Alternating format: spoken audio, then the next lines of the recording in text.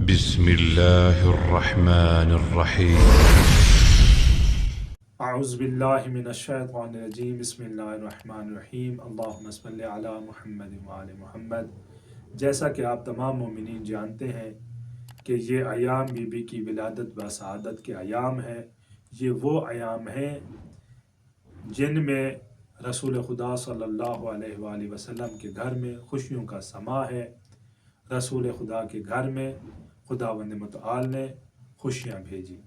رسول خدا کے دل کو سکون عطا کرنے کے لیے اللہ نے رسول خدا کے گھر میں کوثر عطا کی۔ دو بیویاں کائنات میں ایسی ہیں جن کا کوئی ثانی نہیں ہے۔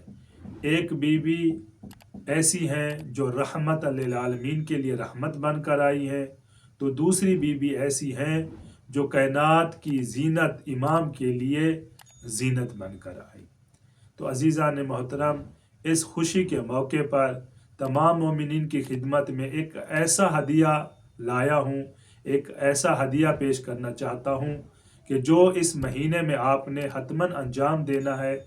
آپ نے اس مہینے میں اس کو انجام دینا ہے اور پورا سال خداوند متعال اپنی نعمات کے خزانوں کا منہ آپ کی طرف کھول دے گا۔ آپ پر ہمیشہ نعمات کی برسات ہوتی رہے گی۔ اس ماہ مبارک میں ایک ایسی نماز ہے، جو شخص اس نماز کو ایک دفعہ پڑھ لے گا تو خداوند متعال سارا سال اس کے لیے نعمتوں کی برسات کرے گا۔ اس کے پاس نعمتیں ہی نعمتیں آئیں گی۔ یہ کل 4 رکعت نماز ہے جو 2 کر کے ادا کی جائے گی۔ سب سے پہلے نیت کریں گے کہ 2 رکعت نماز ماہ جمادی الثانی ادا کرتا ہوں یا کرتی ہوں قربتاً اللہ۔ پہلی رکعت میں آپ نے سورہ الحمد پڑھنی ہے۔ سورہ الحمد کے بعد آیت الکرسی پڑھنی ہے، ہم فیہا خالدون تک۔ پھر آیت الکرسی کے بعد آپ نے 25 مرتبہ سورہ قدر پڑھنی ہے۔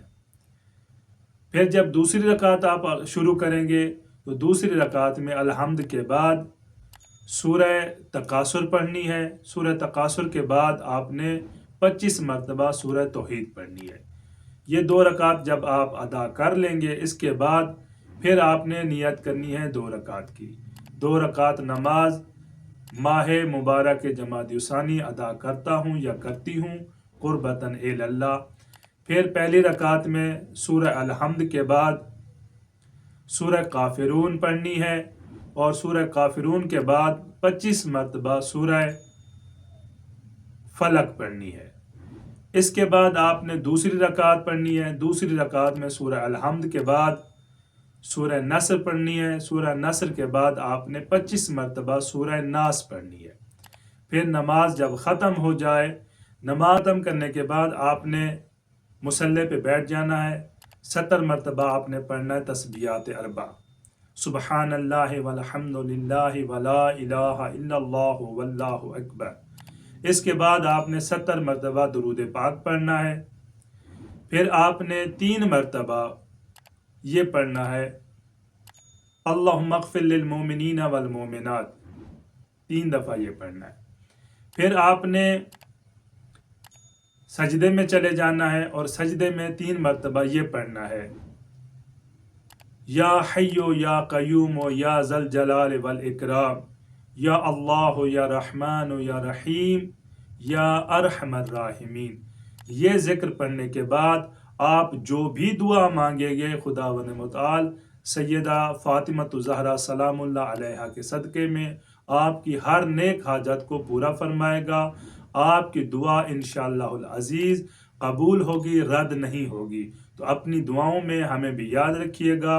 والسلام علیکم ورحمۃ اللہ وبرکاتہ۔